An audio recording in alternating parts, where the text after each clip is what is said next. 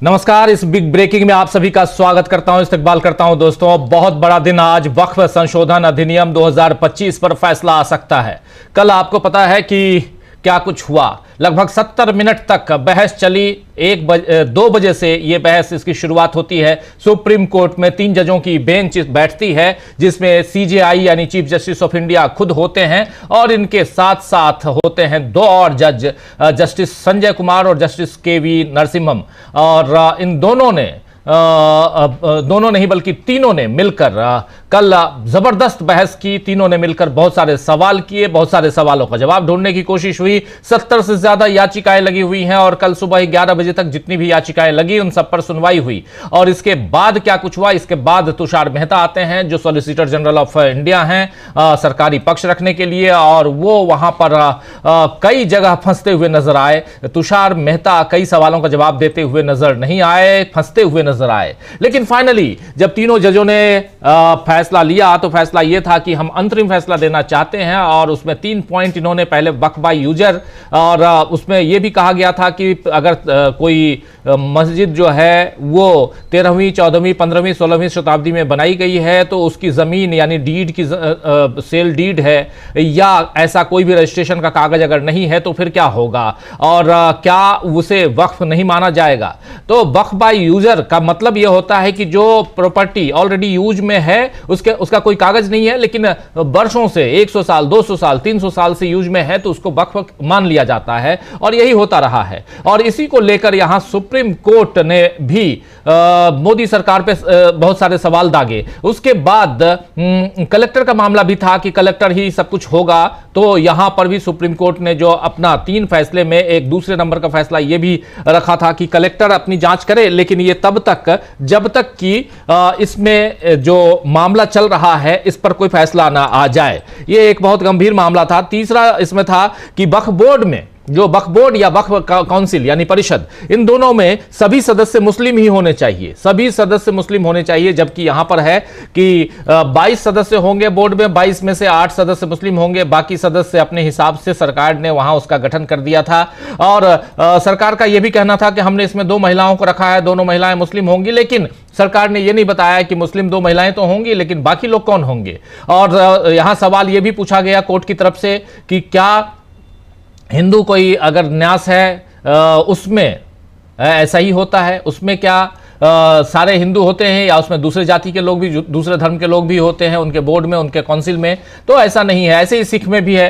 तो यहां पर बुरी फंसी हुई सरकार नजर आई कल और आज उन चीजों को आगे बढ़ाने की कोशिश। और आज अब जबकि 2:02 और कार्रवाई सुनवाई शुरू हो चुकी है और कल की तरह खचाखच भरा हुआ अब देख रहे हैं हम कि कोर्ट नंबर 1 जहां पर ठीक ठाक भीड़ लगी हुई है, तमाम वकील पहुंच चुके हैं सुनवाई के लिए, तुषार मेहता भी पहुंच चुके हैं और अब सुनवाई, और तीनों जज पहुंच चुके हैं। तो आज अब कोर्ट रूम में क्या चल रहा है और फैसले की घड़ी है और बहुत ही महत्वपूर्ण दिन है आज का। लोगों को इंतजार है कि आज कुछ ऐसा फैसला आएगा जिससे शायद यहां पर वक्फ बिल के विरोध में जो लोग हैं उनको कुछ इससे खुशियां नसीब हो, खुशियां हासिल हो। क्या ऐसा होने जा रहा है, इन सब मसलों पे हमारे साथी अमलेंदु उपाध्याय जी जुड़ेंगे, उनसे उनके बीच आपको हम ले चलेंगे, उनसे हम आपकी बातचीत और उनके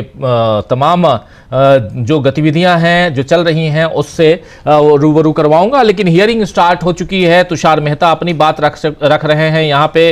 और तुषार मेहता ने कल कहा था कि इस मसले पे हम और भी बात करना चाहते हैं और भी अपनी दलीलें पेश करना चाहते हैं, इसलिए एसजी यानी सॉलिसिटर जनरल तुषार मेहता अपनी बात अब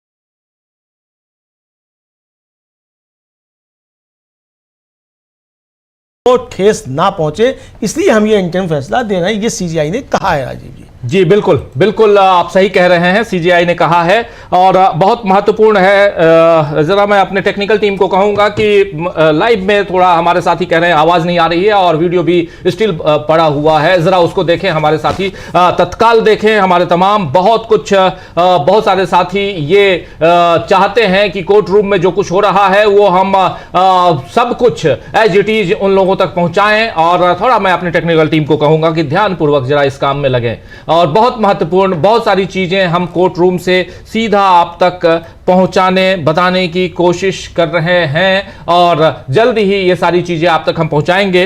थोड़ा सा व्यवधान है दोस्तों, आवाज अगर नहीं आ रही है कई लोग लिख रहे हैं और साथ साथ ये भी कि वीडियो भी रुक गया है, तो थोड़ा इन चीजों को अगर आगे जल्दी से ठीक कर पाए तो बेहतर, लेकिन बहुत महत्वपूर्ण है बहुत महत्वपूर्ण है। अब जो साथी, थोड़ा व्यवधान था लेकिन आप लोग जानते हैं कि टेक्निकल फॉल्ट टेक्निकली दिक्कत आती है, फॉल्ट होते हैं, इसलिए ये चीजें चलती हैं। लेकिन अब उम्मीद है कि आवाज भी मेरी आ रही होगी आप लोगों तक और बहुत महत्वपूर्ण है आज जानना कि सुप्रीम कोर्ट में चल क्या रहा है, सुप्रीम कोर्ट में हो क्या रहा है, ये बहुत जरूरी है। और यहां पर तुषार मेहता अपनी बात रख रहे हैं और कह रहे हैं कि आप जो इस पर निर्णय लेने जा रहे हैं, जो फैसला सुनाने जा रहे हैं, वो फैसला कहीं ना कहीं हार्मफुल होगा देश के लिए, इस संविधान के लिए, ये कहना है सरकार का। अमलेंदु जी आगे। हाँ बिल्कुल राजीव जी, ये सरकार का कहना है और एसजी जब कह रहे हैं कि आपके द्वारा लिए गए किसी भी निर्णय के परिणाम का आकलन करने के लिए कुछ दस्तावेजों की आवश्यकता होती है, मुझे रिकॉर्ड पर सामग्री रखने की अनुमति दे दीजिए, ये और एक सप्ताह के भीतर कुछ भी नहीं बदल सकता, ये कहना है एसजी तुषार मेहता का राजीव जी, कि एक सप्ताह में कुछ नहीं बदल जाएगा, हमको एक सप्ताह का समय दे दीजिए ताकि हम रिकॉर्ड पर कुछ बातें रख सकें, ये उन्होंने कहा। इस पर राजीव जी सीजीआई जो हैं उन्होंने इस पर हस्तक्षेप किया, उन्होंने कहा कि बोर्ड और परिषदों की नियुक्ति उपयोग में आने वाले वक्फ को पहले से ही 1955 की धारा 36 के अनुसार पंजीकृत घोषित किया गया है, ना कि 2025 अधिनियम के अनुसार। हम नहीं चाहते कि स्थिति में बदलाव हो, संसद कानून बनाती है, कार्यपालिका निर्णय लेती है और न्यायपालिका जैसी उसने कहा, तो उतने में एक द्विवेदी जी ने कहा कि लेकिन संसदीय अधिकार है। सीजीआई ने कहा ठीक है, बोर्ड परिषद में कोई नियुक्ति नहीं, पंजीकृत वक्फ में कोई बदलाव नहीं। इस पर जस्टिस कुमार ने कहा कि आज जो कहा जा रहा है उसमें कोई भी वक्फ बिना पंजीकरण के नहीं होगा, 1923-1924 में दंड लगाया गया था। एसजी ने कहा कि प्रावधान के बारे में मेरा मानना है कि एक सप्ताह के भीतर कुछ भी नहीं हो सकता, भले ही सरकार चाहे, ये उनका कहना था तुषार मेहता साहब का, कि एक सप्ताह में कुछ नहीं बिगड़ेगा, अगर सरकार कुछ चाहेगी तब भी कुछ नहीं मिलेगा। यानी राजीव जी अब जो कल रुकवाया गया था वो पूरा काम इस पे था कि एक सप्ताह का समय मिल जाए ताकि उस पर कुछ और नई चीजें निकाली जा सकें। इसका मतलब राजीव जी है कि सरकार समझ रही है अच्छे तरीके से कि सरकार इसमें जबरदस्त तरीके से घिरी हुई है और जैसा कि सीजीआई ने भी कहा कि भाई हम इसमें कुछ ज़्यादा कुछ कर ही नहीं रहे, हम तो जो कर रहे हैं कि जो बोर्ड परिषदों की नियुक्ति है उसमें उपयोग में आने वाले वक्फ को पहले से ही धारा 1995 की धारा 36 के अनुसार पंजीकृत घोषित किया गया है, ना कि 2025 अधिनियम के अनुसार। तो हम नहीं चाहते कि स्थिति में बदलाव हो, संसद कानून बनाती है, कार्यपालिका निर्णय लेती है, लेकिन न्यायपालिका के अपने अधिकार हैं। इस पर द्विवेदी जी ने कहा कि लेकिन संसदीय अधिकार है, मतलब यहाँ ये कोशिश की जा रही है, जो कल किरण रिजिजू का राजीव जी जिस तरीके से बयान था कि साहब सरकार अगर कोई निर्णय लेती है और न्यायपालिका हस्तक्षेप करेगी तो सरकार भी न्यायपालिका में हस्तक्षेप करती है, जो न्यायपालिका पर दबाव बनाने की खुलेआम कोशिश जो की गई थी वही तक जो है यहाँ देने की कोशिश की जा रही है। बिल्कुल बिल्कुल, सॉलिसिटर जनरल तुषार मेहता अपनी बात रख रहे हैं और वहां पर अब सिंघवी साहब भी आ गए हैं, अभिषेक मनु सिंघवी, वो भी अपनी बात यहां पर काटते हुए रख रहे हैं। पहले सॉलिसिटर जनरल तुषार मेहता कह रहे हैं कि मैं एक बयान दूंगा कि अगर कोई राज्य न्यायालय के समक्ष नहीं है, अगर वो नियुक्ति करता है तो वो अमान्य हो जाएगा। सीजीआई कहते हैं कि यहां तक कि उपयोगकर्ता द्वारा वक्फ अगर ये 1995 की धारा 36 के तहत पंजीकृत है, तो इस पर कह रहे हैं अभिषेक मनु सिंघवी कि जो सेक्शन धारा जो अभी जो कानून बना है 3C का जो प्रावधान है वो वक्फ के रूप में नहीं मानेंगे, वो इसे वक्फ के रूप में मानेंगे ही नहीं। इस पर सीजीआई कह रहे हैं कि एक बार जब हम कहते हैं कि वक्फ घोषित या पंजीकृत है, तो इसी पर बीच में टोकते हुए अभिषेक मनु सिंह भी कह रहे हैं यही तो प्रॉब्लम है मिलॉर्ड, यही तो समस्या है, क्योंकि वक्फ बाय यूजर जो है वो मे नॉट बी रजिस्टर्ड, क्योंकि वक्फ बाय यूजर रजिस्टर्ड नहीं हो सकता, मे नॉट बी रजिस्टर्ड। जो 16वीं शताब्दी में, जो 15वीं शताब्दी में, 15th century, 14th century, 13th century में जो मस्जिदें बनी हैं, जो ऐसे इमारतें हैं, उन इमारतों की सेल डीड, रजिस्ट्री की कागज, ये सब अगर नहीं है तो फिर कैसे आप कहेंगे कि नहीं ये वक्फ? आप कल को कह देंगे कि आपके पास कागज नहीं है इसलिए वक्फ की जमीन नहीं है, वक्फ की इमारत नहीं है। तो यही कह रहे हैं सिंघवी साहब। आदेश लिखवाऊंगा, जैसे ही सीजीआई ने कहा कि मैं आदेश लिखवाऊंगा, तब तक छत्तीसगढ़ के वकील जो हैं वो बीच में कूद पड़े और उन्होंने कहा कि एक मिनट मेरी बात सुनिए, हम कानून का समर्थन कर रहे हैं। तो सीजीआई ने मतलब कहा कि मुझे यकीन है कि हिंदू कानून का विरोध कर रहे हैं, मतलब एक तरीके से तंजिया लहजे में सीजीआई ने कहा कि मुझे यकीन है कि हिंदू कानून का विरोध कर रहे हैं जी। क्योंकि जब जो छत्तीसगढ़ की सरकार जो कहेगी इसका मतलब वो इस विरोध का कर रही है और यही कहा तर्क दिया जाएगा कि हिंदू इस कानून का जो है वो मतलब विरोध कर रहे हैं। बिल्कुल बिल्कुल बिल्कुल। तो यहां पर बहुत ही मजेदार वाकया, और सीजीआई कह रहे हैं मैं अब आदेश लिखवाऊंगा। तो इस पर छत्तीसगढ़ के वकील, छत्तीसगढ़ सरकार की तरफ से भी यहां पर याचिका लगी हुई है इस बिल के पक्ष में। तो छत्तीसगढ़ के वकील कह रहे हैं कि एक मिनट मेरी बात सुनिए, हम कानून का समर्थन कर रहे हैं। इसी पर यहां जो है अब सीजीआई जो है कह रहे हैं मुझे यकीन है कि हिंदू कानून का विरोध कर रहे हैं। ये बातें यहां चल रही हैं, बहुत महत्वपूर्ण बात।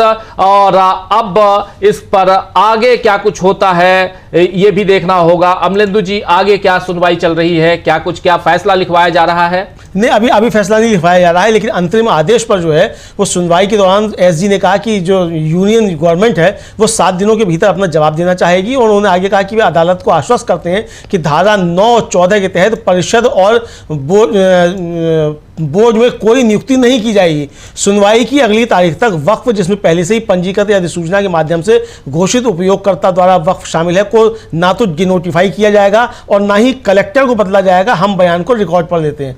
यह बड़ी बात राजीव जी, इस तरह की बड़ी ब्रेकिंग खबर है कि सरकार एक तरीके से झुक गई है और उसने कहा है कि हम इस आदेश मतलब जो कानून है उस पर अमल नहीं करेंगे एक हफ्ते तक। ये हम वचन देते हैं अदालत को कि और इंटरिम आदेश किसी तरीके से रोक दीजिए। ये एक तरीके से उनका कहना है। ये इस तरह की बड़ी खबर है कि सरकार जो है वो सरकार कह रही है कि किसी भी तरह ये जो अंतरिम आदेश आपका इंटरिम ऑर्डर है उसको आप रोक दीजिए। और यहां पर सरकार कह रही है, तुषार मेहता कह रहे हैं कि अंतरिम आदेश रोक दीजिए, और रोकने के लिए हम आपको कुछ गारंटी देना चाहते हैं, जिसमें यह है कि सुनवाई के दौरान, जब इसकी सुनवाई होगी, इस दौरान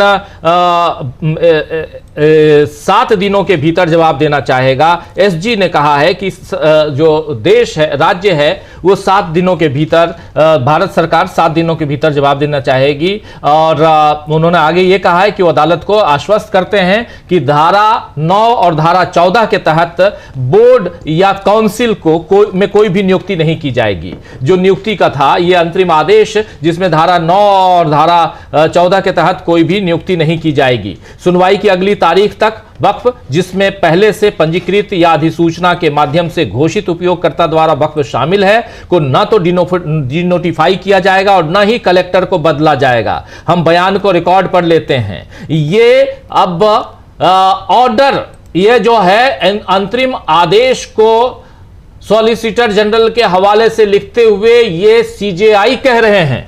अमलेंदु जी, ये सीजीआई कह रहे हैं। हाँ। जो लिखवा रहे हैं, आप देखिए, ये लिखवा रहे हैं और लिखवाते वक्त ये कह रहे हैं, ये सारी चीजें जो बता रहा हूं, जिसमें CGI chief justice of India लिखवा रहे हैं कि सुनवाई के दौरान भारत सरकार ने कहा है कि 7 दिनों के भीतर हम जवाब देंगे। और भी भारत सरकार ने यह कहा है कि वो अदालत को आश्वस्त करते हैं कि धारा 9 और धारा 14 जो इस नए कानून में है के तहत वक्फ बोर्ड या वक्फ काउंसिल में कोई भी नई नियुक्ति नहीं होगी। यह है सुनवाई की अगली तारीख तक, जब भी अगली तारीख होगी, वक्फ में जैसा जो है वैसा ही रहेगा। कोई भी नया पंजीकरण नहीं करेंगे हम, ना ही कोई नई अधिसूचना जारी करेंगे, ना कोई डीनोटिफिकेशन होगा, ना ही नोटिफाई किया जाएगा और ना ही कलेक्टर को बदला जाएगा। हम बयान को रिकॉर्ड कर लेते हैं। ये सरकार, ये सीजीआई का कहना है कि इस बयान को जो यहां सॉलिसिटर जनरल ने भारत सरकार के बारे में कहा है, इसको हम रिकॉर्ड कर रहे हैं, वो लिखवा रहे हैं। लिखवा रहे हैं और अनुरोध एसजी को कि रुकिए, मैं आदेश लिखवाऊंगा। हाँ, ये कहा और फिर लिखवाना शुरू कर दिया। फिर ये कहा उन्होंने कि सुनवाई के दौरान एसजी मेहता ने कहा कि प्रतिवादी 7 दिनों के भीतर एक संक्षिप्त जवाब दाखिल करना चाहेंगे और आश्वासन दिया कि अगली तारीख तक 2025 अधिनियम के तहत बोर्ड और परिषदों में कोई नियुक्ति नहीं होगी। उन्होंने यह भी आश्वासन दिया कि अधिसूचना या राजपत्र द्वारा पहले से घोषित उपयोगकर्ता द्वारा वक्फ सहित वक्फों की स्थिति में कोई बदलाव नहीं किया जाएगा। 7 दिनों के भीतर जवाब दाखिल किया जाए, उस पर जवाब सेवा के 5 दिन के भीतर दाखिल किया जाना चाहिए। ये आदेश जो है वो सीजीआई ने दिया है राजीव जी। जी बिल्कुल, ये आदेश ऑन रिकॉर्ड। इसके अलावा उन्होंने ये भी कहा सीजीआई ने कि रिट पिटीशन जितने भी हैं उसमें इतने नहीं कि 100-200 रिट पिटीशन आ जाएं। केवल 5 रहेंगे कि हम केवल 5 रिट याचिकाएं चाहते हैं। 100 या 120 से निपटना मुश्किल है, असंभव है, अन्य को निपटाया हुआ माना जाएगा। जहां तक रिट याचिकाओं का मामला है, जितनी भी याचिकाएं लगाई गई हैं उसमें यही कहा गया है मुख्य न्यायाधीश की तरफ से कि इतनी सारी याचिकाओं को तो हम नहीं निपटा सकते, बहुत लंबा हो जाएगा, इसलिए 5 रिट याचिकाएं इनमें से हम लेंगे और बाकी जो है उसको निपटाया हुआ मान लिया जाएगा। मतलब उसको डिस्पोज्ड मान लिया जाएगा, डिस्पोज्ड ऑफ मान लिया जाएगा। तो एक बहुत ही इंपॉर्टेंट पहलू पे चर्चा, बहुत महत्वपूर्ण चर्चा चल रही है। दलीलें पेश की गई इधर से सुप्रीम कोर्ट में। अब सुप्रीम कोर्ट आदेश को लिखवा रहा है। मुख्य न्यायाधीश अपना अंतरिम आदेश, इंटरिम ऑर्डर लिखवा रहे हैं। मुख्य न्यायाधीश यानी सीजीआई माफी चाहूंगा, उनका नाम ज्यादा याद आता है, संजीव खन्ना जी। चंद्रचूड़ साहब तो जा चुके हैं, लेकिन संजीव खन्ना जी अब लिखवा रहे हैं अंतरिम आदेश। और इस अंतरिम आदेश में एक महत्वपूर्ण बात कह दी है सीजीआई ने राजीव जी, और यह कह दिया है कि मैंने कहा है कि उपयोगकर्ता द्वारा घोषित या पंजीकृत वक्फ भी वक्फ है, यानी किसी भी तरीके का वक्फ है वो वक्फ है जो सरकार ने इस कानून में किया था। यानी ये सीधा सीधा एक तरीके से इस कानून जो बनाया सरकार ने उस पर बड़ी चोट इंटरिम आदेश में भी आ गई है राजीव जी। जी बिल्कुल। वक्फ बोर्ड जो है वो इसमें बहुत सारी बातें या साफ साफ यहां लिखवाई जा रही हैं, बहुत इंपॉर्टेंट है। और अभी उसी चीज को देख रहा हूं अमलिंदु जी। ये भी कहा सीजीआई ने कि इस बात पर सहमति है कि पक्षकार उन याचिकाओं की पहचान करेंगे जिन्हें मुख्य मामलों के रूप में माना जाएगा। यानी जो 70 पहुंचे हैं वो सब आपस में तय कर लेंगे कि कौन सी मुख्य याचिकाएं मानी जाए, इनमें से वो 5 याचिकाओं पर आगे सुनवाई होगी, बाकी डिस्पोज ऑफ मानी जाएंगी और अन्य को मुख्य मामलों में आवेदन के रूप में माना जाना चाहिए। आज भी याचिकाओं का निरंतर प्रवाह, यानी अन्य जो है उनको मुख्य मामले में आवेदन के रूप में जोड़ा जाएगा। वो मुख्य याचिकाएं नहीं होंगी, मुख्य याचिकाएं 5 होंगी, क्योंकि उनका कहना है कि आज भी याचिकाएं जो है लगातार आ रही हैं। जी ये कह रहे हैं, लेकिन हम पक्षों के नाम नहीं बताने जा रहे हैं। ये 5 हम कोई भी उठा लेंगे, कोई भी उठा लेंगे। हम पक्षों के 5 ये पक्षकार होंगे, उन्हीं का ऐसा नहीं, उनका नाम नहीं बताने जा रहे हैं। हम इसे वक्फ संशोधन अधिनियम के रूप में संदर्भित करेंगे और उसके साथ साथ ये करेंगे। तो ये पक्ष का नाम नहीं कर रहे हैं, वो संशोधन की बात कर रहे हैं। और इसके बाद सीजीआई कह रहे हैं कृपया नोडल वकील नियुक्त करें। इसके लिए नोडल वकील please appoint nodal council.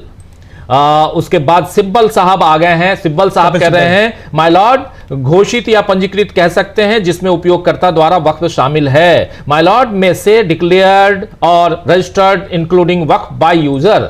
Waqf by user जो चल रहा है उसको घोषित या डिक्लेयर्ड कहा जा सकता है। ये सारी बातें जो हैं अब हो रही हैं और उसमें वक्फ बाय यूजर का भी नाम इसमें, यानी जो आदेश अभी लिखवाया जा रहा है। दोस्तों इस वक्त बता दूं, जो साथी बाद में जुड़े हैं आपको बता दूं कि अभी 2:23, लेकिन अभी से मात्र 15 मिनट सुनवाई हुई। सुनवाई के बाद सुप्रीम कोर्ट में मुख्य न्यायाधीश ने कहा कि अब मैं अंतरिम आदेश लिखवाना शुरू करता हूं, और वो अब लिखवा रहे हैं और आदेश लिखवा रहे हैं। बाकी वकील हैं वो सुन रहे हैं। उस आदेश में उन्होंने कहा है कि ऑन रिकॉर्ड ले रहा हूं कि सरकार अगली सुनवाई तक जैसे कही है कि हम इसमें कोई भी परिवर्तन नहीं करने जा रहे, यानी इस कानून को ठंडे बस्ते में डालने जा रहे हैं। सीधे शब्दों में कहा जाए, बिल्कुल सीधे शब्दों में कहा जाए तो इस कानून को सरकार ने यह मान लिया है कि हमको अभी ठंडे बस्ते में रखना है। तो यह कानून ठंडे बस्ते में जा रहा है। और लेकिन इस कानून के जो लूप होल्स हैं, जिसको बाहर निकाल के सरकार उसका बेनिफिट उठाने की कोशिश कर सकती है, परेशान करने की कोशिश कर सकती है, तो उस पर कैसे लगाम लगाया जाए वो चीजें लिखवाई जा रही हैं, जिसमें यह कहा जा रहा है कि वक्फ बाय यूजर जो है, अगर कोई प्रॉपर्टी पुरानी है, 200 साल पुरानी, 300 साल, 400 साल, 13वीं शताब्दी, 14वीं शताब्दी की प्रॉपर्टी है, उसके कागजात नहीं है, तो वो वक्फ बाय यूजर मान लिया जाएगा। अभी तक जैसे माना जाता था वैसे ही माना जाएगा, इसको डिनोटिफाई नहीं किया जाएगा। इसको कोई भी अपने कब्जे में, सरकार अपने कब्जे में नहीं ले सकती ऐसी जमीन को, ऐसी इमारतों को। एक तो यह बात यहां साफ साफ कही जा रही है। दूसरी बात यहां कही जा रही है कि कलेक्टर को बदला नहीं जाएगा। कलेक्टर अपना काम अगर कर रहे हैं तो करेंगे, लेकिन उसमें यह नहीं कि कलेक्टर को लगा दिया गया, जैसे उनको पूरा सबसे ऊपर की चोटी पे बैठाकर इस कानून में लाया गया है, वो नहीं होगा। तीसरा, कोई भी बोर्ड का गठन सरकार अपने हिसाब से नहीं करेगी, या काउंसिल का, वक्फ बोर्ड या वक्फ काउंसिल का गठन सरकार अपने हिसाब से नहीं करेगी। ये सारी बातें वहां लिखवाई जा रही हैं अमलेंदु जी। और क्या है, हाँ, ये की जा रही है कि कोई भी नियुक्ति जो नहीं होगी, और ये साथ साथ ये भी कि 1995 के वक्फ अधिनियम 2013 में जो संशोधन को चुनौती देने वाली रिट याचिकाएं थी, उनको कॉज लिस्ट में अलग से दिखाया जाना चाहिए, जवाब दाखिल करने के लिए खुला रहेगा। ये उन्होंने कहा सीधे सीधे कि ये, और 7 दिन के अंदर राज्य वक्फ बोर्ड और राज्य मतलब केंद्र सरकार जो है वो अपना जवाब दाखिल कर सकती है। और साथ में ये भी आदेश दिया सीजीआई ने कि दोनों पक्ष जो है वो अपने नोडल वकील उसमें नियुक्त करेंगे, और ये जो याचिका करता है वो सब आपस में मिलकर तय कर लेंगे कि कौन सी 5 याचिकाएं जो है वो जाएंगी, और वो किसी को नाम नहीं बताएंगे, ये उन्होंने कह दिया है। जी जी, बिल्कुल बिल्कुल, बहुत सारी चीजें यहां चल रही हैं और फटाफट लिखवाई जा रही है। जितनी बातें हम आप तक कह रहे हैं, ये सारी चीजें लिखवा रहे हैं, सीजीआई लिखवा रहे हैं, और कह रहे हैं कि विशेष रूप से जो है वो 2013 की का जो एक्ट है, जिसमें जो यहां पर संशोधन हुआ था, जिसका जिक्र बार बार मोदी सरकार कर रही थी कि 2013 में तो यूपीए की सरकार थी, उसने ऐसा किया, उसने वैसा किया, उसका भी यहां जिक्र आया है। और कहा जा रहा है कि 2013 के अधिनियम को चुनौती देने वाले याचिकाकर्ताओं को जवाब दाखिल करने की स्वतंत्रता दी गई है, और भारत सरकार और राज्य 7 दिनों के भीतर जवाब दाखिल कर सकते हैं, जिसमें वक्फ बोर्ड भी शामिल है। यानी कि आप अगर चाहें तो विशेष मामले के रूप में 2013 में जो कानून बनाया गया, इसमें संशोधन किया गया, उसको भी आप उसमें भी चुनौती दे सकते हैं। उसके लिए आप यहां पर, और इसमें वक्फ बोर्ड भी शामिल है जो आकर यहां पे अपनी चुनौती पेश कर सकता है, यह कहा जा रहा है। और यहां पर यह भी कहा जा रहा है कि हम एक बात स्पष्ट करना चाहते हैं कि अगली सुनवाई जो शुरुआती आपत्तियां हैं और अंतरिम आदेश के लिए, निर्देश के लिए होगी, और मामले को वक्फ संशोधन अधिनियम 1, 2, 3, 4, 5 के रूप में पढ़ा जाएगा। यह बात भी यहां कहा जा रहा है कि we clarify that the next hearing will be for the preliminary objections and directions for interim order. साफ साफ ये कहा जा रहा है। और इसमें जो अगली हियरिंग होगी वो अंतरिम आदेश पर बहस के लिए होगी, लेकिन अंतरिम आदेश हम अब पेश कर रहे हैं, जिसको लिखवा रहे हैं। यानी कल जो बातें हुई हैं उसी बात को आज सीजीआई आगे बढ़ा रहे हैं, यह साफ दिखाई दे रहा है अमलेंदु जी। हाँ, बिल्कुल उसी को आगे बढ़ा रहे हैं। और इसका मतलब राजीव जी, जो समय मांगने की चाल थी सरकार की, वो चाल भी व्यर्थ होती नजर आती है। ठीक है, 7 दिन में आप अपने जवाब दाखिल कर दें, अब जब सुनवाई होगी तो आपके जवाब पे होगी, लेकिन ये इंटरिम आदेश तो आएगा ही। ये इंटरिम आदेश आ ही गया राजीव जी। तो जो सरकार की चाल थी वो भी एक तरीके से विफल हो गई, और बल्कि ऑन रिकॉर्ड पर ये बात आ गई कि 7 दिन में जो है आप अपना जवाब दाखिल करेंगे और कोई भी आप चेंज नहीं करेंगे। ये महत्वपूर्ण बात है। यानी जो तुषार मेहता जो एसजी थे, सॉलिसिटर जनरल, उन्होंने जो कहा कि साहब हम कोई नहीं बदलेंगे, ये ऑन रिकॉर्ड आ गया कि सरकार ने आश्वासन दिया है कि आप इसमें कोई बदलाव नहीं करेंगे, कलेक्टर नहीं बदलेंगे। और जब सिब्बल साहब ने बीच में दखल दिया कि साहब वो वक्फ बाय यूजर, उनका कि कुछ भी हो, चाहे वो वक्फ बाय यूजर हो, चाहे वो वक्फ कोई किसी भी पंजीकृत हो, किसी भी तरीके का, सब वक्फ है। तो यानी एक बहुत बड़ी चोट राजीव जी ये इस समय सरकार को लगी है, जो ये कानून लेकर आई थी। ये साफ तौर पर समझा जा सकता है। बिल्कुल बिल्कुल, आप सही कह रहे हैं। एक साफ तौर पर सरकार को चोट यहां वक्फ बिल पर वक्फ संशोधन कानून पर एक बड़ी जीत उन लोगों की जो इसका विरोध कर रहे थे, उनकी बड़ी जीत है। मुस्लिम पर्सनल लॉ बोर्ड से लेकर तमाम ऐसे और विपक्षी दलों ने और तमाम अलग अलग संगठनों ने इसके खिलाफ मुहिम छेड़ी थी, जिस पर मोहर लगाते हुए सुप्रीम कोर्ट यहां दिखाई दे रहा है। हम नंदू जी ये कह सकते हैं? हाँ बिल्कुल बिल्कुल राजीव जी, जो तर्क दिए गए थे याचिकाकर्ताओं की तरफ से, उस पर ही मोहर लगाता हुआ सुप्रीम कोर्ट एक तरीके से दिखाई पड़ता है, और जो याचिकाकर्ताओं के तर्क थे वो स्वीकार किए हैं एक तरीके से सुप्रीम कोर्ट ने। और जो इंटरिम आदेश आया राजीव जी, ये कल भी स्पष्ट कर दिया था सीजीआई ने कि अमूमन मतलब जो प्रक्रिया है उसमें हम इंटरिम आदेश पारित नहीं करते हैं, लेकिन ये मामला इतना ज़्यादा गंभीर है कि इसमें इंटरिम आदेश पारित करना पड़ेगा। तो कल जब उन्होंने अपने 3 पॉइंट्स बताए थे, उसके बाद फिर जब गिड़गिड़ाने लगे सरकार वहाँ सीजीआई के सामने अदालत में, तो उनका ठीक है कल इस पर बहस करते हैं। और आज शुरू होते ही फिर उन्होंने 1 मिनट में बात सुनी उनकी एसजी साहब की, उन्होंने जो बातें कहीं उसको तुरंत रिकॉर्ड पे लिया और कहा कि अब आप रुकिए, अब मैं आदेश लिखवाऊंगा। तो यानी अदालत का मन राजीव जी कहा सकता है कि वो पहले से तैयार था कि सरकार क्या तर्क दे सकती है, वो नए तर्क उसको सुनने हैं। यानी कल तो बहस हो चुकी थी, इंटरिम आदेश कल की बहस के बाद ही आया था, तो इसमें नई बात सरकार को क्या कहनी थी जो कल नहीं कह पाई थी सरकार। तो ये इसका मतलब अदालत भी ये समझ रही थी कि सरकार कोई बहाने ढूंढ कर लाएगी, तर्क कोई नहीं होंगे। और ये बात सामने भी आई कि चूंकि जब वो समय मांगने लगे सॉलिसिटर जनरल कि ये समय मांगना चाहते हैं, इसको लिंगर ऑन करना चाहते हैं, इनका जो मंशा है वो मामले को लटकाने की है, इंटरिम आदेश पर बहस करने की नहीं है। चूंकि अगर आपने आज का समय लिया था तो आपको आज तैयारी के साथ बहस करनी चाहिए थी। ये एक राजीव जी साधारण समझ जो है वो लोगों को भी ये आती है। बिल्कुल बिल्कुल बिल्कुल। तो ये अंतरिम आदेश जो है अब लगभग फाइनल की ओर है और बहुत इंपॉर्टेंट, बहुत महत्वपूर्ण है कि अब अंतरिम आदेश में साफ साफ जो बातें कल कही गई थी सुप्रीम कोर्ट में, और उसमें भी तीनों जजों की बेंच जो है वो जैसा चाह रही थी उसी ढंग से यहां पर आदेश लिखवाते हुए सरकार को यहां ऑर्डर करते हुए कि अगली सुनवाई तक आपको सारे काम रोक देने हैं। एक लाइन से कहा जाए तो इस कानून को अभी ठंडे बस्ते में डाल देना है जब तक कि इस पर सुनवाई ना हो जाए, और जब सुनवाई शुरू होगी तो इसमें अंतरिम आदेश पर ही यहीं से बात शुरू करेंगे। सुप्रीम कोर्ट ने साफ साफ कहा है कि बात यहीं से, और बात यह है अमनिंदु जी कि बात यहीं से शुरुआत तो करनी भी पड़ेगी, क्योंकि इसी पे तो रोक लगाने के लिए संगठनों ने मांग की है। इसी पे मांग की है, इसी पे मांग की है। और जो एक तरह से कहा जाए राजीव जी, अगर जो पूर्ण आदेश आएगा तो पूर्ण आदेश यही आएगा कि ये सब खारिज किया जाता है। तो जो पूर्ण आदेश आना था उस पर एकदम से इंटरिम ऑर्डर आ गया है। और राजीव जी आपको याद होगा कि कल जब वो स्टे की मांग उठी तो सीजीआई ने तुरंत कहा कि नहीं, स्टे पर हम बात ही नहीं करेंगे, इस याचिका को उठाकर लगा रखिए। यानी कि पहले से इसको पूरा जो था वो तीनों जजेस महोदय थे वो याचिकाओं को पढ़ चुके थे, कानून को पूरा पढ़ चुके थे, और इसीलिए इंटरिम आदेश का आया, स्टे को रोका गया। अब स्टे की आवश्यकता ही नहीं राजीव, जब आदेश आ गया तो स्टे किस बात का, इंटरिम ऑर्डर है, यानी ये इंटरिम ऑर्डर है। बड़ा ऑर्डर आएगा जो तब आएगा, लेकिन इंटरिम ऑर्डर आ चुका, स्टे की कोई आवश्यकता नहीं है। और जो एक और महत्वपूर्ण बात राजीव जी यहाँ है कि जो बहुसदस्यीय खंडपीठ होती हैं उनमें अक्सर ये होता है कि बहुमत के आधार पर फैसले आते हैं।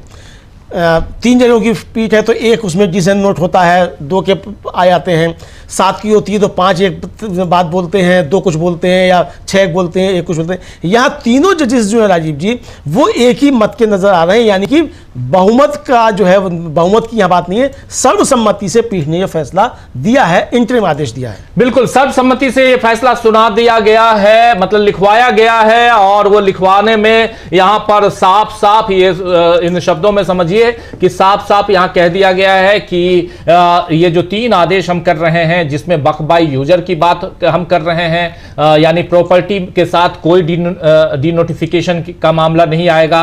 दूसरी बात कह रहे हैं कलेक्टर अभी जहां है वहीं रहे। तीसरी बात कह रहे हैं मतलब कलेक्टर का रोल को भी यहां रोका गया है। और तीसरी बात कही जा रही है कि कोई भी बोर्ड का गठन नहीं होगा, किसी भी काउंसिल का गठन नहीं होगा। जैसे आपने कहा था कि इसमें इतने मुसलमान होंगे, इतने दूसरे गैर मुसलमान होंगे, ये सब यहां नहीं होगा। मुस्लिम गैर मुस्लिम की बात नहीं, यहां पर सब कुछ, यानी यही 3 पॉइंट हैं जिस पर रोक 100% लगा दी गई है, ये कह लें। और आगे अगली जब सुनवाई होगी तो सुनवाई में इन्हीं अंतरिम आदेशों पर ही बात होगी। एक बात और कही गई है कि रिट याचिकाएं जितनी लगाई गई हैं इस पिटीशन इस पे वक्फ संशोधन अधिनियम 2025 पे, और उसमें सिर्फ 5 पे हम सुनवाई करेंगे, 100-120 पे सुनवाई नहीं कर सकते। इन्होंने कहा कि 100 से ज्यादा है याचिकाएं लगी, हम तो अभी तक 70 ही कह रहे थे, 100 से ज्यादा याचिकाएं लगी हुई हैं और सब पे सुनवाई करना मुश्किल है, नामुमकिन है, तो इसलिए उसमें समय भी ज्यादा जाएगा। तो बेहतर है कि आप एक काम कीजिए कि हम 5 इसमें से लेंगे,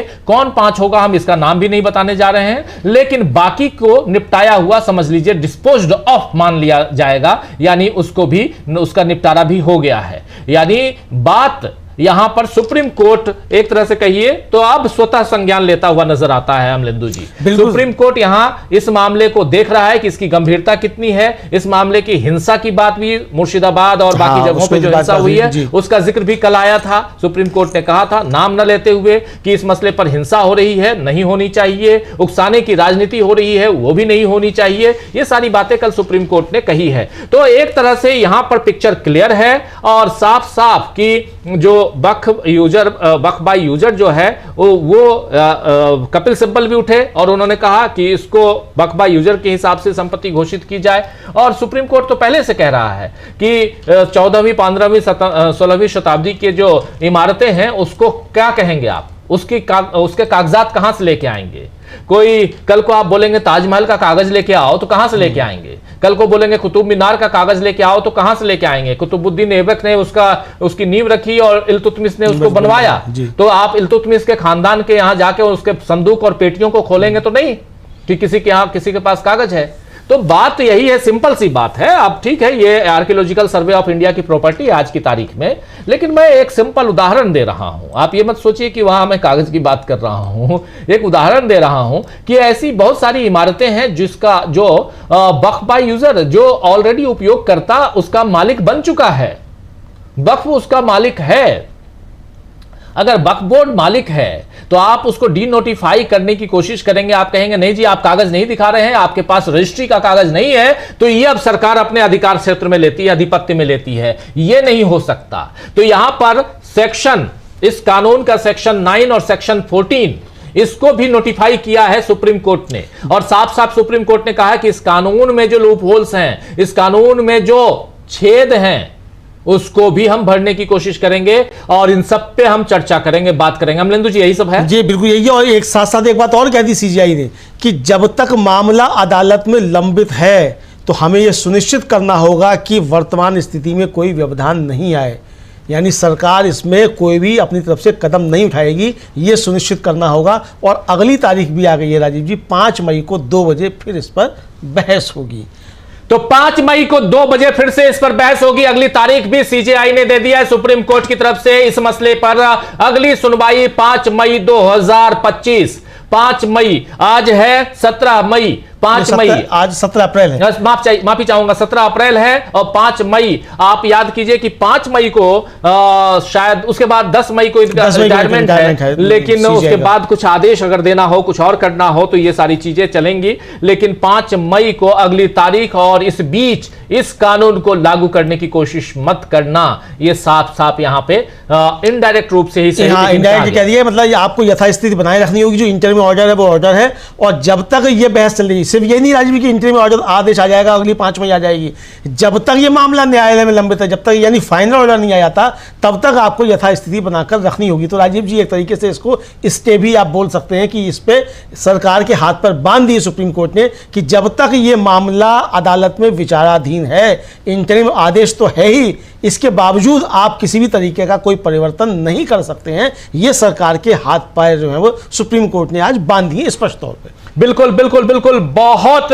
बहुत बड़ा फैसला, बहुत बड़ा फैसला आपको बता दूं, इसलिए क्योंकि यहां पर सरकार के हाथ पैर बांध दिए गए। अमूमन कई सारे कानून सरकार लाती है और उसको इधर सुप्रीम कोर्ट कह देता है कि नहीं जी इस पर हम आगे कुछ नहीं करेंगे, ये ऑलरेडी कानून बन गया है। कई सारे ऐसे कानून आए, लेकिन इस कानून में वक्फ संशोधन अधिनियम 2025 पर सुनवाई ही नहीं बल्कि यहां पर सीजेआई ने साफ साफ अंतरिम आदेश लिखवा दिया है और उस आदेश में सरकार को आदेशित किया है, ऑर्डर किया है कि अगली सुनवाई तक आप ये सुनिश्चित कीजिए कि इस पर किसी भी ढंग से कोई भी फैसला आप नहीं लेंगे।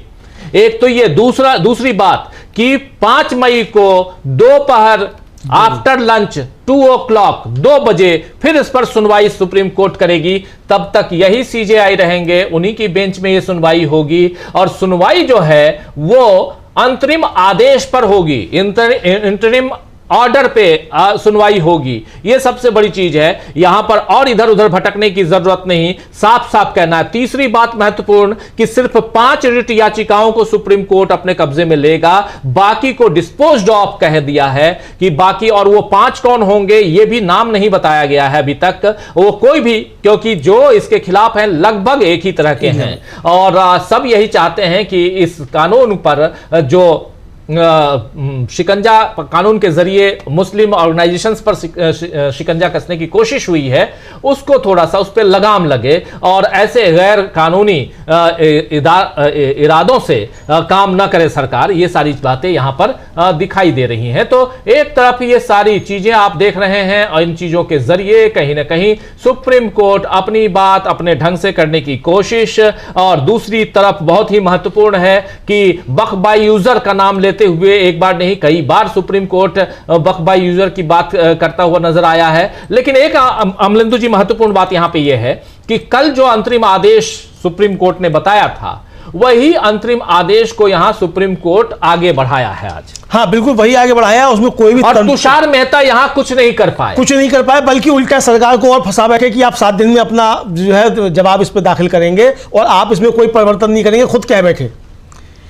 यानी 7 दिन का आप समय जो मांग रहे थे उसमें कह दिया कि इन्होंने हमको आश्वस्त किया है कि ये कुछ नहीं करेंगे और 7 दिन में अपना जवाब दाखिल करेंगे। यानी एक तरीके से कहा जाए सरकार राजीव जी अपने बुने हुए जाल में खुद ही फंस गई समय मांगकर, और यह भी स्पष्ट कर दिया बाद में कि इसमें किसी भी तरीके का कोई भी संशोधन किसी भी तरीके का नहीं हो सकता, कोई बदलाव नहीं हो सकता। सरकार के हाथ पैर पूरी तरीके से बांध दिए कि जब तक ये मामला विचाराधीन है अदालत के पास, शीर्ष अदालत के पास, तब तक इसमें किसी भी तरीके का कोई संशोधन या जो स्थिति है उसको नहीं बदला जा सकता। ये हाथ पर सरकार के एकदम से सुप्रीम कोर्ट ने बांध दिए राजीव जी। बिल्कुल बिल्कुल, सुप्रीम कोर्ट ने बांध दिए हाथ पैर और सरकार ने यह भी बता दिया कि अगली सुनवाई कब होगी। वक्फ संशोधन अधिनियम 2025 को चुनौती देते हुए केंद्र ने सुप्रीम कोर्ट में लिखित बयान दिए।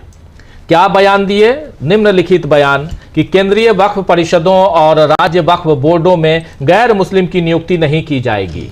यह सरकार का लिखित बयान आ गया है लिखित रूप से कि, और जो दर्ज कराया सरकार ने कि गैर, और ये सुप्रीम कोर्ट में केंद्र ने सुप्रीम कोर्ट में जो बयान दिया है वो बयान देख लीजिए कि वक्फ परिषद यानी वक्फ बोर्ड, वक्फ काउंसिल दोनों में गैर मुस्लिमों की नियुक्ति नहीं की जाएगी। वक्फ जिसमें वक्फ बाय यूजर भी शामिल हैं, चाहे अधिसूचना या पंजीकरण के माध्यम से घोषित किया गया हो, सुनवाई की अगली तारीख तक विमुक्त नहीं किया जाएगा। यानी वक्फ बोर्ड जैसा है वैसा ही रहेगा, उसको यहां पर खत्म नहीं किया जाएगा, जो वक्फ जैसा है वैसा ही रहेगा। ये बहुत इंपॉर्टेंट है ये सारी चीजें। बिल्कुल राजीव जी, यानी अब तो सरकार ने खुद माना है कि जो सुप्रीम कोर्ट का इंटरिम आदेश तो है ही, और जब तक ये मामला रहेगा तब तक अगली सुनवाई की तारीख तक जो है किसी भी तरीके का कोई इसमें परिवर्तन नहीं किया जाएगा, और पंजीकरण के माध्यम से घोषित किया गया हो, चाहे वो वक्फ बाय यूजर हो, सबको वक्फ माना जाएगा और इस पर कोई छेड़छाड़ नहीं की जाएगी। ये सरकार ने आश्वस्त किया है, अपना लिखित वहां दिया है, और ये कहा है कि केंद्रीय वक्फ परिषदों और राज्य वक्फ बोर्डों में गैर मुस्लिमों की नियुक्ति नहीं की जाएगी। और ये एक तरीके से कहा जाए सरकार अब खुद समझ गई राजीव जी कि इंटरिम आदेश तो है, और ज़्यादा सरकार अगर इसमें कुछ बहस करेगी तो अभी तुरंत आदेश भी इस पर आ सकता है और सरकार की बहुत थू इसमें एक तरीके से हो सकती है। चूंकि आपने जिस तरीके से कानून पास कराया बिना आपने लोगों की डिसेंट नोट्स को लिए हुए जेपीसी में, और जिस तरीके से सदस्यों को निलंबित करके कराया गया, यानी राजीव जी आपने अत्याचार तो किया, आपने गलत तरीके से किया ही, लेकिन जो संवैधानिक प्रक्रिया आज्ञा थी आपने उसका भी उल्लंघन किया, दोनों चीजें हैं। तो इसको लेकर सरकार की समझ में आ गया कि ये मामला सुप्रीम कोर्ट में टिकने वाला नहीं है। ऐसा प्रतीत होता है चूंकि सरकार ने जो अपना हलफनामा दिया, जो बयान दिया है, उससे साफ तौर पर समझ में आता है। राजीव, बिल्कुल बिल्कुल आप सही कह रहे हैं। सरकार ने जो हलफनामा दिया, उस हलफनामे में अब 3 जजों की बेंच यहां सुनवाई कर रही थी, जिसमें मुख्य न्यायाधीश संजीव खन्ना और न्यायमूर्ति पीवी संजय कुमार और केवी विश्वनाथन, ये 3 जजों की पीठ यानी बेंच सुनवाई, और उस सुनवाई ये सुनवाई आगे अब 2 बजे 5 तारीख को 5 मई 2 बजे ये सुनवाई होगी। लेकिन उससे पहले अंतरिम फैसला आ चुका है। अंतरिम फैसले में जो कल बातें हो रही थी वही बात कि जो जैसा है वैसे ही रहेगा। अगर सीधे शब्दों में कहें तो यथावत स्थिति, कोई भी यहां जो कानून के साथ आपने कानून बनाकर जो आपने छेड़छाड़ करने की कोशिश की, वो अब अगली सुनवाई तक तो आप नहीं कर सकते हैं। लेकिन अगली सुनवाई इसी अंतरिम आदेश पे होगी। अब अगली सुनवाई में सरकार सुप्रीम कोर्ट को अंतरिम आदेश को वापस लेने के लिए अगर कन्विंस कर लेती है तो अलग बात, अन्यथा ये आगे जारी रहेगा, ये तय मानिए। ये कहा जाए अमलेश? हाँ बिल्कुल राजीव जी, ये आगे जारी रहेगा चूंकि अब सरकार को अपना जवाब देना है, और सरकार 7 दिन में क्या जवाब देगी। चूंकि जो व्यवस्था के प्रश्न उठाए हैं सुप्रीम कोर्ट ने, और सुप्रीम कोर्ट ने सवाल पूछे कि भाई आप किस तरीके से अनुच्छेद 14 का उल्लंघन कर रहा है, ये कानून अनुच्छेद 15 का उल्लंघन कर रहा है, अनुच्छेद 21 से लेकर 26 तक का उल्लंघन कर रहा है, अनुच्छेद 29 और 30 का उल्लंघन कर रहा है, 301 का उल्लंघन कर रहा है। तो ये सारे जो सवाल याचिकाकर्ताओं की तरफ से उठाए गए थे, लगभग उसी तरीके के प्रश्न जो थे वो माननीय उच्चतम न्यायालय की तरफ से सरकार से पूछे गए, और जिसके जवाब जो थे वो सरकार के पास नहीं थे। सरकार केवल जो थी इसको बातों में उलझाना चाहती थी कि साहब हमने इतने लोगों से बातचीत की, इतने लोगों की प्रतिक्रियाएं इस पे आई और ये कानून बन गया, जेपीसी में जिनको बात रखनी थी उन्होंने जेपीसी में बात रख दी। इस तरीके के तर्क सरकार की तरफ से आए। जो आपत्तियां दर्ज की गई थी, उन आपत्तियों पर सरकार की तरफ से कोई भी एक तर्क नहीं आया कि भाई ये कानून क्या धारा जो अनुच्छेद 14 और 15 है उसका उल्लंघन करता है कि नहीं करता है। सरकार की तरफ से इस पर कोई बात नहीं आई। ये 21 से लेकर 26 तक जो अनुच्छेद है उनका उल्लंघन करता है कि नहीं करता है, इस पर सरकार ने कुछ नहीं कहा। अनुच्छेद 29 और 30 का उल्लंघन करता है कि नहीं करता है, इस पर भी सरकार ने कुछ नहीं कहा। इसी तरीके से 300A जो है संपत्ति का अधिकार, उस पर ये कानून जो है उसका उल्लंघन करता है या नहीं करता है, इस पर भी सरकार ने राजीव जी अपनी कोई बात नहीं रखी। यानी एक तरीके से जो किरण रिजिजू बाहर कह रहे थे न्यायपालिका के, वो एक तरीके से धमकाने की कोशिश जो न्यायपालिका को थी समझी जा सकती है, उसी पर जो थी वो सरकार अपने तर्क देती हुई नजर आई। याचिकाकर्ताओं ने जो तर्क दिए थे या सुप्रीम कोर्ट ने जो सवाल पूछे, उनके जवाब सरकार के पास अदालत में मौजूद नहीं थे। राजीव जी बिल्कुल बिल्कुल आप सही कह रहे हैं। बहुत सारे सवाल पूछे गए थे कल अदालत की तरफ से, सुप्रीम कोर्ट की तरफ से जो कल सवाल पूछे गए थे, उन्होंने संजीव खन्ना ने, न्यायमूर्ति संजय कुमार ने और केवी विश्वनाथन की पीठ ने जो सवाल पूछे थे, उसमें सरकार से पूछा गया कि वक्फ बाय यूजर संपत्तियों के प्रावधानों पर सवाल उठाए गए। फिर सुप्रीम कोर्ट ने यह कहा कि इस कानून के तहत पहले से स्थापित वक्फ बाय यूजर संपत्तियों को डी नोटिफाई करने से दिक्कत पैदा होगी। वक्फ बाय यूजर का मतलब आप जानते हैं कि ऐसी संपत्ति है जो लंबे समय से धार्मिक या सामाजिक कार्यों के लिए इस्तेमाल हो रही है, इसी को वक्फ बाय यूजर कहते हैं। और भले उसके कागजात पूरे हों ना हो, ये मायने नहीं रखता। और लेकिन तुषार मेहता ने कल कहा था कि उनको रजिस्ट्री करने से किसने रोका। 1995 का नियम था जिसमें कि आपको रजिस्ट्री करवा लेना चाहिए था, आपने रजिस्ट्री क्यों नहीं करवाया। तो इस पर सर्वोच्च अदालत ने कल कहा था कि 14वीं से 16वीं शताब्दी के बीच ज्यादातर बनी हुई जो मस्जिदें हैं उसके पास सेल डीड नहीं होंगे। जैसे जामा मस्जिद, क्या है उसके पास सेल डीड? तो क्या किया जाए, ऐसे में उन्हें कैसे रजिस्टर किया जाएगा। सवाल यह भी कोर्ट ने पूछा था कि आप ये नहीं कह सकते हैं कि वक्फ बाय यूजर में कोई असली संपत्ति नहीं होगी, यह भी कहा था। ऐसी मस्जिदों से रजिस्टर्ड डीड मांगना नामुमकिन होगा क्योंकि ये सभी वक्फ बाय यूजर प्रॉपर्टी हैं। इस पर सॉलिसिटर जनरल ने कहा था, तुषार मेहता ने कहा था कि उन्हें इसे रजिस्टर करवाने से किसने रोका। फिर सवाल किया सुप्रीम कोर्ट ने, ये कल की बात मैं कर रहा हूं, फिर सुप्रीम कोर्ट ने सवाल किया सॉलिसिटर जनरल से कि अगर सरकार कहने लगी कि ये जमीनें सरकारी हैं तो क्या होगा। फिर सबको, जिसको चाहो उसकी जमीनें आप सरकारी कह दो। सुप्रीम कोर्ट ने वक्फ बोर्डों और सेंट्रल बोर्ड काउंसिल, ये फिर उसके बाद फिर बोर्डों पे भी सवाल उठाए और कलेक्टर पे भी सवाल उठाए, कलेक्टर पे सवाल उठाए कि भाई जो आदमी जांच कर रहा है और वही आदेश भी दे रहा है कि वक्फ बोर्ड की संपत्ति है कि नहीं है, ऐसे कैसे हो सकता है। हाँ, ये भी सुप्रीम कोर्ट ने कहा कि भाई जो वो तो एक पक्ष है ना, जब वो जांच कर रहा है तो वो जांच कर रहा है, तो वो आदेश कैसे दे सकता है जब वो एक पक्ष है? तो इसको लेकर भी सुप्रीम कोर्ट ने कल जो सवाल उठाए थे।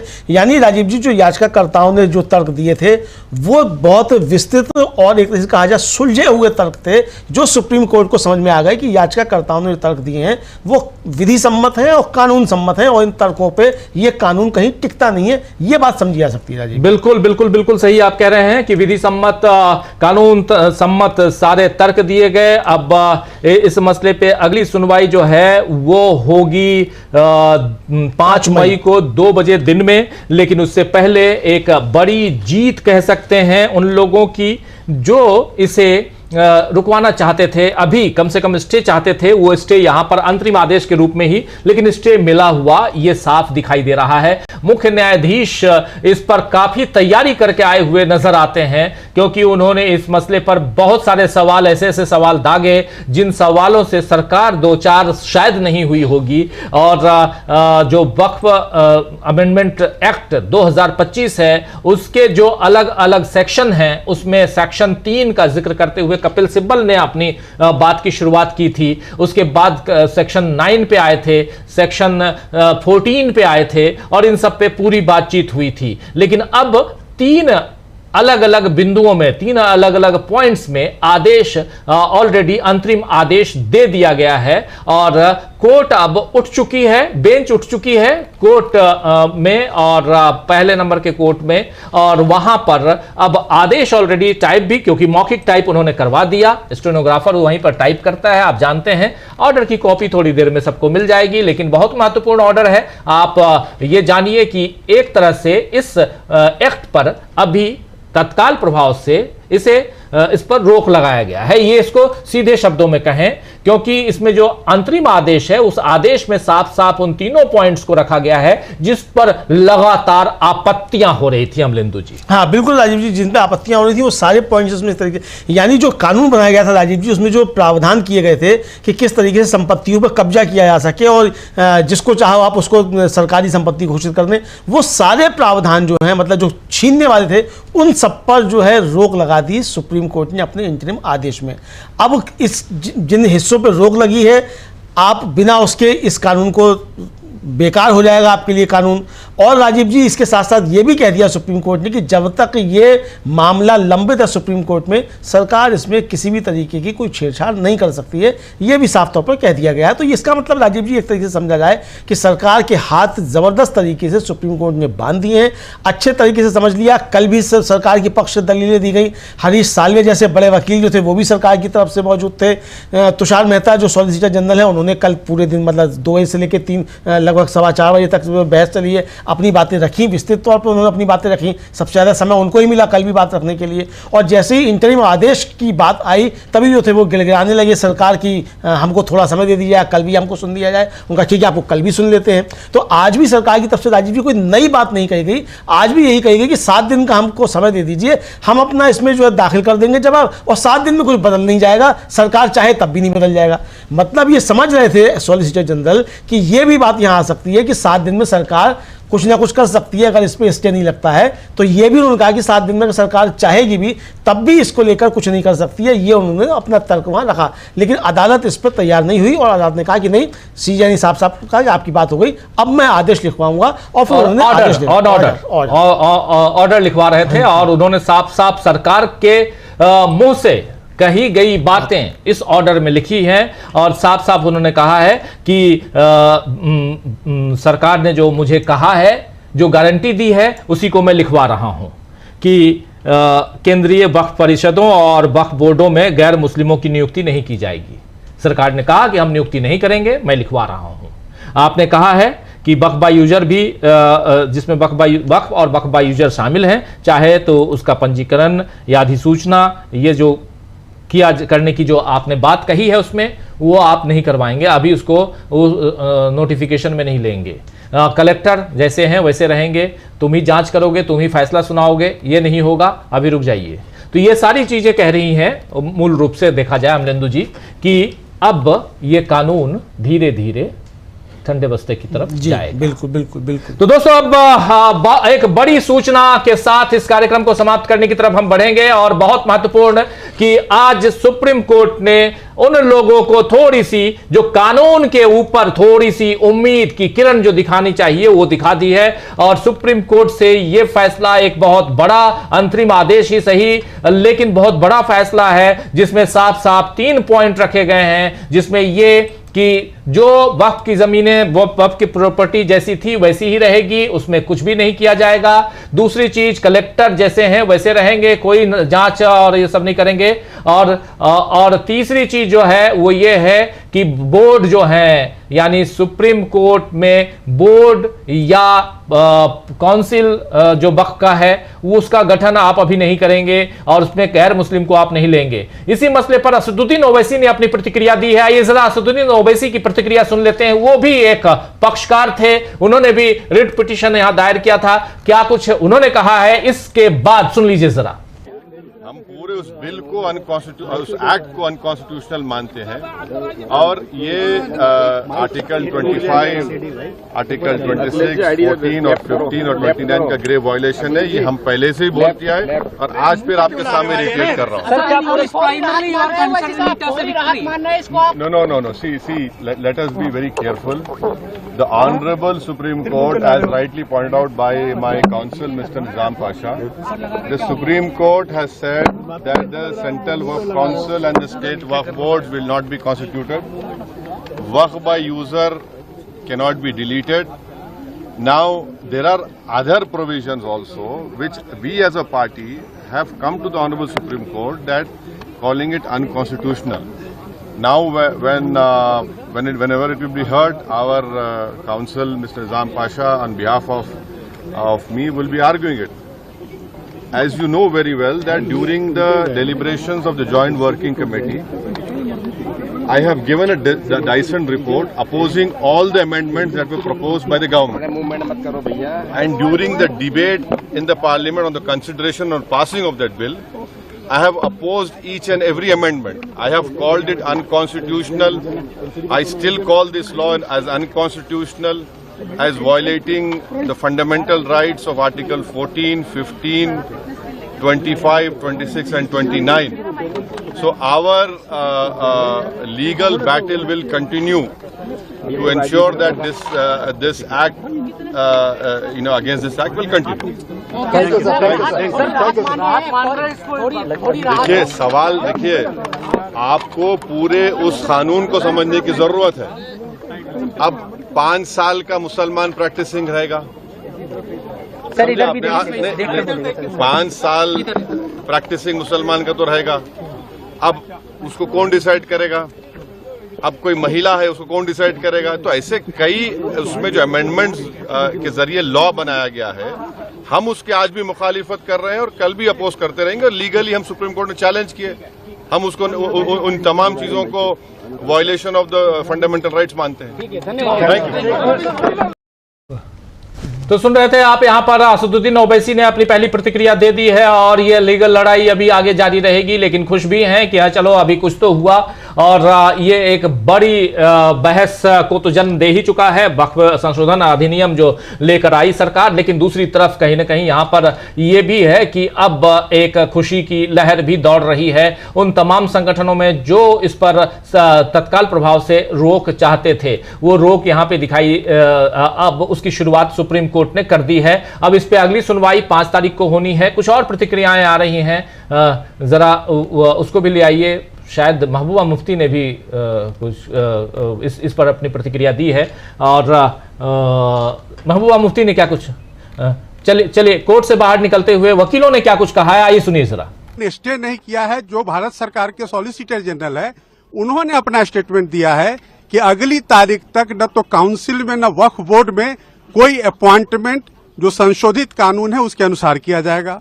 दूसरा बात, जो माननीय अदालत ने कहा कि जो वक्फ व यूजर है, जो रजिस्टर्ड हैं और गैजेटेड हैं, उसको गवर्नमेंट डी नोटिफाई नहीं करेगी टिल द नेक्स्ट डेट। तो बड़ी इंपॉर्टेंट बात है कि जो रजिस्टर्ड एंड गैजेटेड हैं वही सिर्फ डी नोटिफाई नहीं होंगे, उसके अलावा संशोधन के हिसाब से सरकार कार्रवाई करने को स्वतंत्र है और जो संशोधित कानून है उस पर किसी भी तरह का अंतरिम आदेश नहीं है और अगली तारीख तक भारत सरकार को अपना जवाब और उनको जो भी डॉक्यूमेंट्स देने हैं वो देने होंगे और उसके बाद उनको रिज्वाइंडर का जो पिटिशनर्स है उनको मौका दिया गया है। साथ ही साथ जो स्टेट गवर्नमेंट्स हैं वो भी अपना रिस्पॉन्स देंगे और ये कहा गया किसी और का नहीं आ रहा है। तो यहाँ पे आप सुन रहे हैं, सब अपने हिसाब से इसको इंटरप्रेट करने की कोशिश कर रहे हैं, लेकिन सबसे बड़ी चीज, चूंकि ये सत्ता पक्ष के वकील नजर आ रहे थे, इन्होंने इसको अपने हिसाब से उसकी व्याख्या की इस फैसले की। और दूसरी तरफ ये है कि वहां पर सीजेआई ने साफ साफ कहा है कि अगली सुनवाई हम 5 तारीख को 2 बजे, दोपहर 2 बजे करेंगे आफ्टर लंच, लेकिन इस बीच आप इस पर कोई भी फैसला नहीं ले सकते हैं। इसका मतलब कि 5 तारीख तक ये स्टे है। अब वो कह रहे हैं कि स्टे नहीं है, तो चलिए स्टे शब्द का इस्तेमाल करें ना करें, लेकिन अंतरिम आदेश तो है ही। अमलेंदु जी, हाँ बिल्कुल, स्टे की आवश्यकता ही नहीं राजीव जी। जब आदेश आ गया तो स्टे की आवश्यकता ही नहीं। अमानतुल्लाह खां का सुनते हैं क्या कह रहे हैं वो, सुनिए जरा। मैं तहे दिल से शुक्रगुजार हूं आज सुप्रीम कोर्ट का, सुप्रीम कोर्ट के तमाम जजेस का, तमाम वकीलों का, जिन्होंने आज धर्म से ऊपर उठ करके हमारे लिए खड़े हुए, मेहनत की, साथ दिया इस मुल्क को बचाने का। तो मैं आज हम इस फैसले से पूरी तरह से मुतमईन हैं। जिस तरह से आज केंद्र सरकार ने आकर कहा कि जो भी हम किसी किस्म का कोई रजिस्ट्रेशन हम नया नहीं करेंगे, कोई छेड़छाड़ नहीं करेंगे, जो वक्त बाय यूज इस्तेमाल होती आई हैं प्रॉपर्टियां वो रहेंगी, जो मसाजिद हैं, जो दरगाहें हैं, जो कब्रिस्तान हैं, तमाम ऐसे ही रहेगा। और वक्त के जो मेंबर हैं उसके अंदर भी किसी किस्म की वो छेड़छाड़ नहीं करेंगे, किसी किस्म का अपॉइंटमेंट मेंबर का नहीं करेंगे। लेकिन सरकार की तरफ से जो समय मांगा गया तुषार मेहता की तरफ से 7 दिन का, आपको लगता है कि उस डॉक्यूमेंट कुछ ऐसे पेश करेंगे आप? 7 दिन में वो जवाब दाखिल करेंगे, उसके बाद 5 दिन हम लोगों को दिया गया है। 5 रिट जो है वो जो है एज ए लीड जो है वो ट्रीट होंगी, बाकी सबको एप्लीकेशन के तौर पे किया जाएगा। तो डीएम की भूमिका पे जो सवाल खड़े किए कोर्ट ने, कल की सुनवाई में भी हमें दिखा, आज भी जो उस पे बातें कही, आपको लगता है कि ये हटेगा या ये यथास्थिति बनी? बिल्कुल, ये कोई है ही नहीं है। डीएम देखिए सबसे ऊपर कैसे हो सकता है? डीएम कोर्ट से ऊपर हो गया, डीएम बोर्ड से ऊपर हो गया, बोर्ड ऑटोनोमस बॉडी है, तो वो तो हटना ही हटना है। वो 100% उस पर है कि वो हटेगा, और जो वक्फ बोर्ड था जैसे था वैसे ही रहेगा। वक्फ यूजरी हाउस में जो आगे की भी जो अन्य जो बातें कही गई थी, आपको लगता है आप लोग की जो मांग थी वो यथास्थिति बरकरार है? बिल्कुल, जैसा हम चाहते थे वैसे ही आज हुआ है। जो हमारी मांग थी, क्योंकि मैं वक्फ से जुड़ा रहा हूँ, चेयरमैन रहा हूँ, तो मुझे मालूम है इसकी तमाम बारीकियां, तमाम कमजोर मजबूतियां, कमजोरियां कहाँ से कमजोर किया जा सकता है, तो मैं वो जानता हूँ। इसलिए हम इस फैसले से पूरी तरह से मुतमईन हैं। तो सुन रहे थे आप यहाँ पर, और मुतमईन हैं अपने इस फैसले पे, और इस फैसले का स्वागत किया जा रहा है अलग अलग संगठनों के द्वारा। अलग अलग जो इस फैसले के खिलाफ सुप्रीम कोर्ट गए थे, अमानतुल्लाह खां को अभी आप सुन रहे थे, लेकिन ऐसे तमाम, इससे पहले आपने असदुद्दीन ओवैसी को भी सुना। तो सुप्रीम कोर्ट ने एक सुप्रीम फैसला दे दिया है, अंतरिम ही सही, लेकिन बहुत सुप्रीम इसलिए कह रहा हूं क्योंकि इससे कई लोगों के चेहरों पर खुशी लौट आई है। और ये बहुत इंपॉर्टेंट है कि अगर कहीं मनमानी हो रही है तो न्यायालय का काम है कि उन मनमानियों को रोका जाए, और यहाँ रोकने की कोशिश सरकार की तरफ से नहीं बल्कि न्यायालय की तरफ से की गई है। सरकार को भी करनी चाहिए थी कोशिश कि ऐसा ना हो, भेदभाव ना हो। हमारा संविधान कहता है, संविधान की धाराएं कहती हैं, खासकर 14 जो आर्टिकल 14 है, 14 है, वहां से लेकर 30 तक इन तमाम मसलों को अलग ढंग से उल्लेखित किया गया है उसमें, जिसको आपको बहुत सारे अधिकार मिलते हैं देश में, जीने का अधिकार, रहने का अधिकार, समानता का अधिकार, पूजा पाठ का अधिकार, ऐसे तमाम, बोलने का अधिकार, ये सारे अधिकार हैं, संपत्ति का अधिकार, सारे अधिकार दिए गए हैं आपके संविधान, हमारे संविधान के अनुसार। लेकिन यहाँ पर उन अधिकारों पे अगर चोट पहुँचाने की कोशिश हो, उसे कुचलने की कोशिश हो, तो ये शायद ठीक नहीं है। और यही यहाँ पर दिखाई देता है कि यहाँ एक अच्छा फैसला अभी तक तत्काल प्रभाव से इस 3 पॉइंट को लेकर सुप्रीम कोर्ट ने जो आदेश जारी किया है वो अंतरिम आदेश ही सही, लेकिन बहुत महत्वपूर्ण है। चलिए अब अभी से ठीक 1 घंटे बाद हमारी सहयोगी बुशरा खानम का कार्यक्रम नजर और नजरिया में आप इसी पर विस्तार से बहुत कुछ सुनेंगे, बहुत अलग अलग लोगों के द्वारा, तो वो देखिए। अभी मुझे दीजिए इजाज़त, अमलेंदु जी को दीजिए इजाज़त, और उसके बाद सीधे हम 1 घंटे बाद दोबारा मुलाकात करेंगे आपसे। नज़र और नज़रिया बुशरा खानम लेकर आएंगी। वक्फ बिल और अब जो कानून बन चुका उस पर गहमा गहमी, और सुप्रीम कोर्ट में क्या कुछ हुआ उस पर। उसके अलावा उधर इंडिया गठबंधन की बैठक चल रही है, उस पर भी निगाहें सबकी टिकी होंगी। पटना में इंडिया गठबंधन की बैठक चल रही है दोस्तों, उस पर भी निगाहें। लेकिन सुप्रीम कोर्ट में सरकार अब घिर चुकी है और बड़ा फैसला अब आ चुका है। मुझे दीजिए इजाजत, शाम 7 बजे मुझसे मुलाकात होगी न्यूज पॉइंट में। तो 7 बजे आप सबका इंतजार रहेगा, और न्यूज पॉइंट में और भी विस्तार से बहुत कुछ, इसके अलावा भी देश दुनिया की बाकी चीज़ों के साथ, बाकी खबरों के साथ मुलाकात होगी। और अब भी इजाज़त चाहता हूँ।